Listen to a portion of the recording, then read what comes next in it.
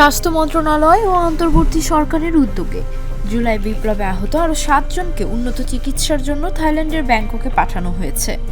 তারা ব্যাংককের ভেজথানি হাসপাতালে চিকিৎসা নেবেন।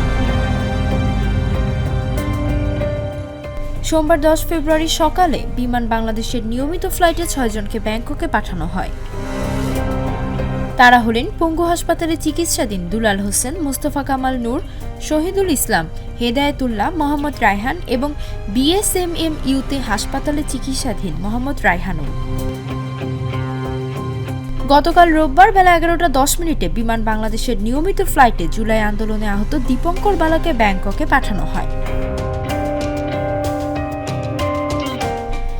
গত 29 জানুয়ারি রাজধানীর সম্মিলিত সামরিক হাসপাতাল থেকে 3 জন ও ঢাকা মেডিকেল কলেজ হাসপাতাল থেকে 3 জনকে উন্নত চিকিৎসার জন্য থাইল্যান্ডের ব্যাংককে পাঠানো হয়। এর আগে বিভিন্ন সময়ে 22 জনকে ব্যাংককে পাঠায় সরকার। সব মিলিয়ে এখন পর্যন্ত আন্দোলন আহতদের মধ্যে 35 জনকে উন্নত চিকিৎসার জন্য ব্যাংককে পাঠানো হলো।